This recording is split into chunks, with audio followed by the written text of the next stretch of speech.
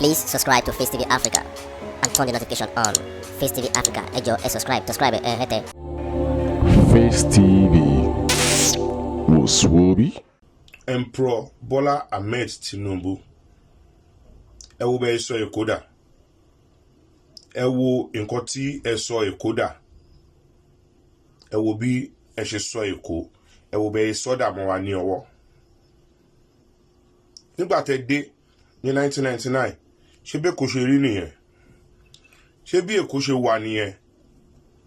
Nígbà tẹ́ dé tí wọ́n hand over lẹ́yìn lọ́wọ́, tí àwọn ọ̀dàlẹ̀ Èkó tí wọ́n ta ọjọ́ ọ̀la àwọn ọmọ wọn, tí wọ́n ta ọjọ́ ọ̀la àwọn ọmọ wọn, tí wọ́n ta fún yín torí ìjẹkújẹ tí wọ́n máa jẹ. Gbogbo àwọn so-called leader tí wọ́n ta tí wọ́n betray Honorable Dr. Senator Abdulwahab Dosunmu, tí wọ́n betray ẹ̀, tí wọ́n trade ẹ̀ fún yín. Gbogbo àwọn baba Bushura Nko, gbogbo àwọn satanic whatever tí wọ́n ń jẹ́, tí wọ́n trade ọmọ bíbí inú Èkó, ọmọ ojúlówó Èkó, tí wọ́n trade ẹ̀ fún yín torí ìjẹkújẹ tí wọ́n fẹ́ jẹ. So níbikíbi tí gbogbo ẹ̀yin tẹ́ trade tẹ́ betray Dr. Wahab Dosunmu tẹ́ bá wà lọ́jọ́ èní, òkú ọ̀run a máa dá fún yín. Ẹ̀yin náà dẹ̀ máa gé kàjẹ́ pé karambà ní èèyàn tẹ́ mú wá títorí nǹkan tẹ́ fẹ́ jẹ, n tójú yín rí, tó yẹ kójú yín rí, tójú ọ̀dàlẹ̀ máa ń rí, òun ni ojú yín rí. Torí àwọn èèyàn tó yẹ kó jẹ́ leader rẹ̀, àwọn èèyàn tó yẹ kí ó lead wa ní Èkó yìí, òun ni. So Emperor Bola Ahmed Tinubu, ẹ wo nǹkan tí ẹ sọ Èkó dà. Títorí self ambition titi yín nìkan, títorí nǹkan tẹ́ fẹ́ jẹ́, ẹ dẹ̀ bà gbogbo nǹkan tẹ́ bá ń lẹ̀, ẹ dẹ̀ bà jẹ́, including ọjọ́ ọ̀la àwọn youth, àwọn ọmọ ọlọ́mọ,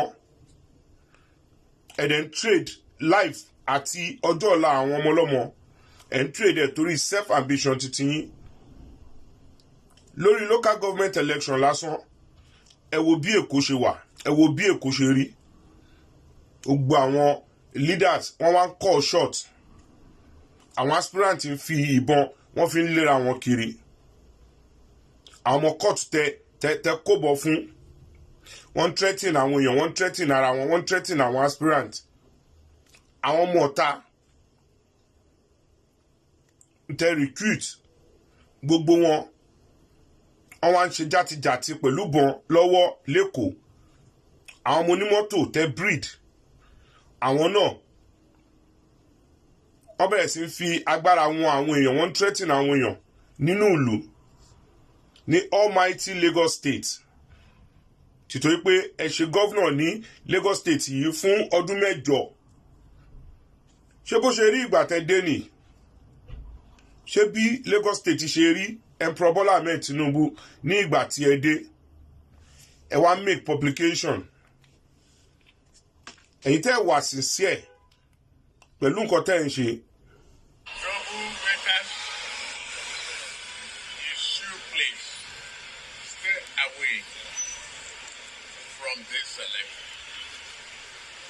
Don't foment trouble. We want to celebrate.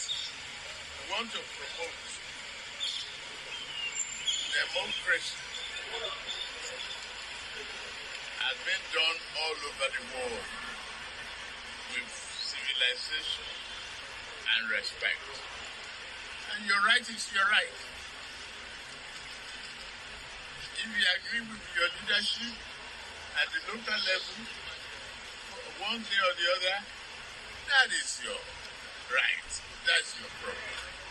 If you want to contest, you have to follow the party guidelines and the rules and regulations of the electoral bodies of the local government administration in the state.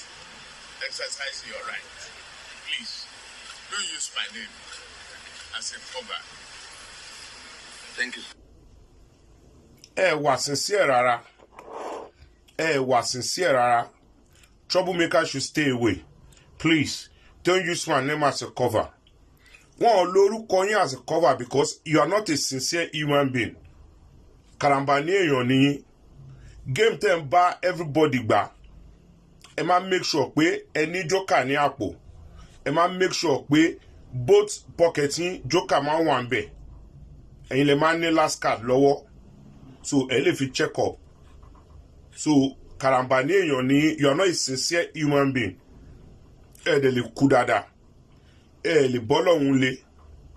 Ẹni kí troublemaker should stay away. Àwọn wo ni troublemaker? Ẹ̀yin gangan Emperor Bola Ahmed Tinubu ni troublemaker. Ẹni don't use my name as cover. Gbogbo brain yín òun lẹ ti fi cover gbogbo àlámọ̀rí everybody. Gbogbo brain yín òun lẹ ti fi cover gbogbo àlámọ̀rí everybody. Tẹ kó everybody sí abẹ́. Ẹ wá sọ pé ẹ ní candidate ẹ ní ọwọ́ níbẹ̀. Then who's calling the shot? Àwọn corner boys yín Fẹ́mi Gbàjàbíàmílà ó ń pè wọ́n ní Sùúrùlérè pé kó step down fún candidate títí ẹ̀. Ọbáfẹ́mi Hamzat ó ń pè wọ́n pé kí wọ́n step down fún candidate títí ẹ̀. Táyọ̀ Àyìndé olórí burúkú máa yẹn tó pe rẹ̀ ní chief of staff tìlú òrọ̀gbọ́ ó ń call shot pé kí wọ́n step down fún candidate títí ẹ̀. Ẹ wá ní is your right kí wọ́n agree pẹ̀lú àwọn leaders wọn. Àwọn wo ni leaders? Ṣáwọn tó ń trade ọjọ́ ọ̀la àwọn ọmọ ọlọ́mọ. Àwọn youth tí wọ́n exercise tẹ́yìn ní kí wọ́n exercise right wọn. Ẹ wá ń pè wọ́n àwọn foot soldiers yín àwọn corner boys yín wọ́n ń pè wọ́n pé kí wọ́n step down. Ẹ tún wá ń yan Imam Ìṣẹ̀yẹ Ògúnlẹ̀wẹ̀ ọmọ bàbá ẹlẹ́nu wọ́sẹ̀gbẹ̀ Ọ̀tà development. Ṣé ọmọ ò kìí ṣe candidate yín ni? Ṣé ọmọ ò kìí ṣe candidate yín? Emperor Bola Ahmed Tinubu ẹni kí àwọn èèyàn exercise right wọn.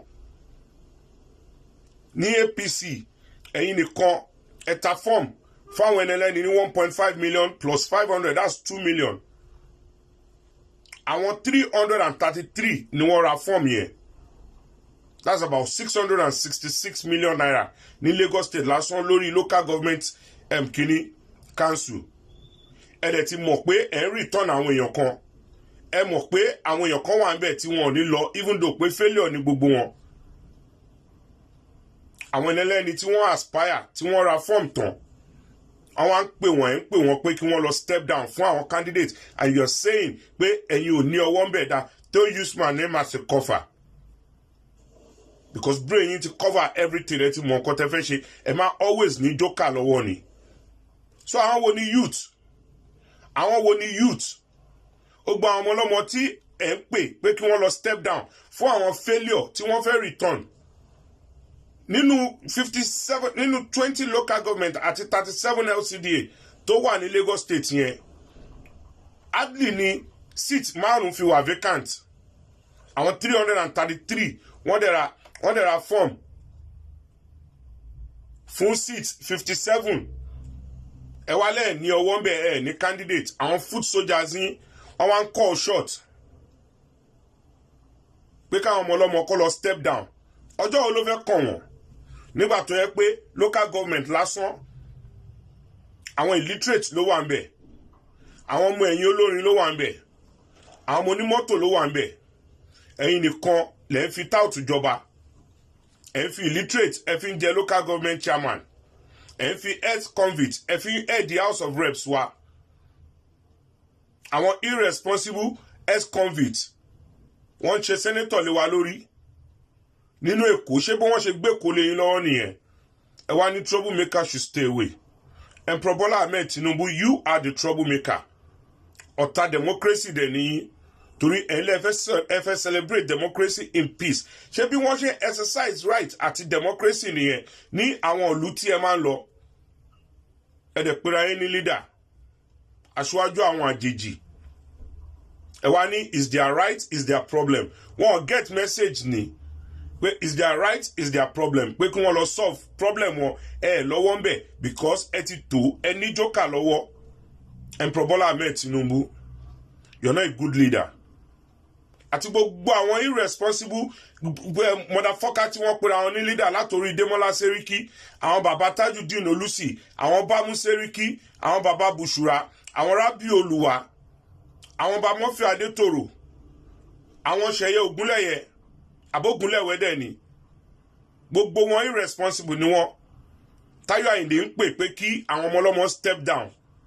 Ọbáfẹ́mi Hamzat ń pè káwọn ọmọ ọlọ́mọ step down. Fẹ́mi Gbàjàbíàmílà ń pè kí wọ́n step down. Ẹ̀dẹ̀lẹ́ lọ́wọ́ ń bẹ̀.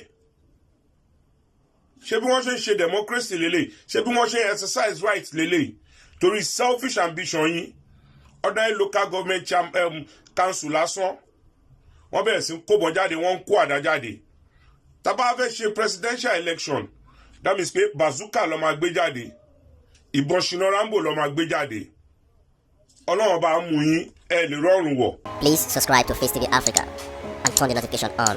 Face TV Africa, ẹ jọ̀ọ́ ẹ subscribe hẹ́tẹ̀. Face TV was Swoby.